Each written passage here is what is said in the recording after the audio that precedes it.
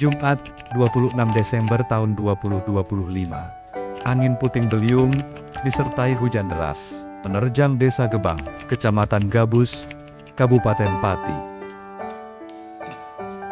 Hembusan angin kencang merusak atap genteng rumah warga, menyisakan kekhawatiran dan kesedihan.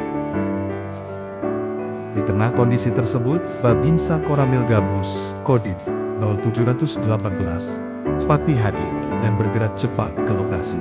Bersama warga, Babinsa bahu-membahu memperbaiki rumah yang terdampak, menguatkan kembali semangat kebersamaan.